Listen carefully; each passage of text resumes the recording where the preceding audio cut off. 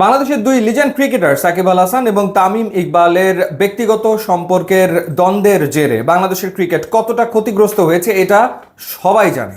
সবাই জানে ঠিক ওরকম একটা পরিস্থিতি ভারতের ক্রিকেটেও তৈরি হয়েছিল রোহিত শর্মা এবং বিরাট কোহলির ভেতরে। সাকিব এবং তামিমের এই দ্বন্দ্ব সবাই তাকিয়ে তাকিয়ে দেখেছে, কিন্তু এটাকে সুরাহা করার কোনো উদ্যোগ ক্রিকেট মহলের কোনো পক্ষ থেকেই সেভাবে করে দেখা যায়নি। এই জায়গাটাতে ব্যতিক্রম ছিল ভারত। সেই গল্পটা আপনাদেরকে একটুখানি শোনাতে চাই। মূলত বিশ্ব ক্রিকেটে ভারতের উত্থান মহেন্দ্র সিং ধোনির নেতৃত্বে 2007 সালে টি-20 বিশ্বকাপ জয়ের মধ্য দিয়ে। এরপর 2011-তে মহেন্দ্র সিং ধোনির নেতৃত্বে ওয়ানডে ওয়ার্ল্ড কাপ জেতে ইন্ডিয়া। 2013 সালে চ্যাম্পিয়ন্স ট্রফিতে চ্যাম্পিয়ন হয় ইন্ডিয়া। পরপর তিনটা টুর্নামেন্টে ভারত সাফল্য পায়। তো যখন ভাবা হচ্ছিল যে ভারতের এই সাফল্য তারা ধরে রাখতে পারবে, তখনই আসলে ছন্দপতন। এরপরে দেখা গেল 2015 বিশ্বকাপে ইন্ডিয়া ফেল করে, 2019 বিশ্বকাপেও ভারত কাঙ্ক্ষিত ফলাফল পায়নি, 2017 চ্যাম্পিয়ন্স ট্রফির ফাইনালে পাকিস্তানের কাছে হারে, 2021 এবং 2022 টি-20 বিশ্বকাপেও ইন্ডিয়ার পারফরমেন্স খুব একটা ভালো হয়নি।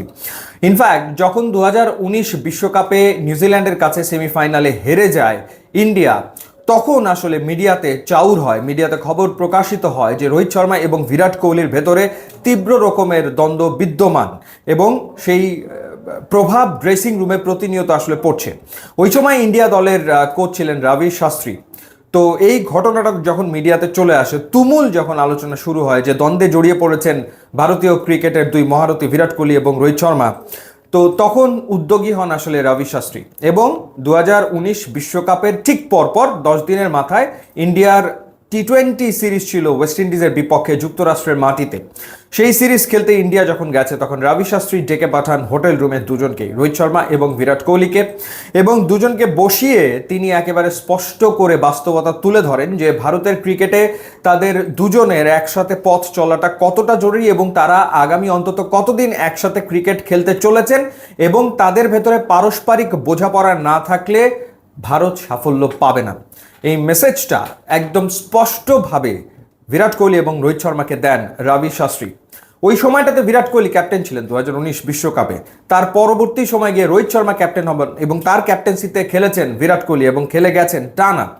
এবং তারপরে যেটা হয়েছে যে তাদের ভেতরকার এই যে দূরত্ব, এই যে দ্বন্দ্ব, সেটা যখন মিটে যায়, তখন আসলে একটা টিম খুব স্বাভাবিক সুস্থ পরিবেশ পায়, যেটার কারণেই পরবর্তী সময় দেখা গেল ইন্ডিয়া টানা সাফল্য পেতে শুরু করেছে এবং সবশেষ 3 আসরের দুটোর ফাইনালে খেলে 3 আসরের 3টার ফাইনালে খেলে দুটোতে চ্যাম্পিয়ন।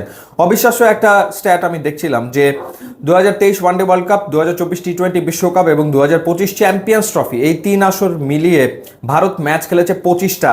এই 25টা ম্যাচের ভেতরে তারা জিতেছে 23 ম্যাচ, একটা মাত্র ম্যাচ তারা হেরেছে এবং একটা ম্যাচে কোনো রেজাল্ট আসেনি। অর্থাৎ বৈশ্বিক আসরে এই যে পারফরমেন্স, মানে 25 ম্যাচের ভেতরে 23টা জয়, একটা মাত্র পরাজয়, এটা সম্ভব হয়েছে কারণ ওই যে টিম হিসেবে তারা আসলে পারফর্ম করতে সক্ষম হয়েছে।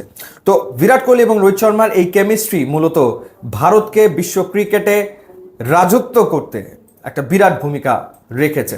জানিয়ে রাখি, কঠিন আবহাওয়া এবং তীব্র গরমে ঘরকে সুরক্ষা দিতে নিয়ে আসুন Nippon Paints, trusted Japanese brand. YouTube, Instagram link দেওয়া আছে, যোগ দিলে খুবই খুশি হবো। And thanks for watching.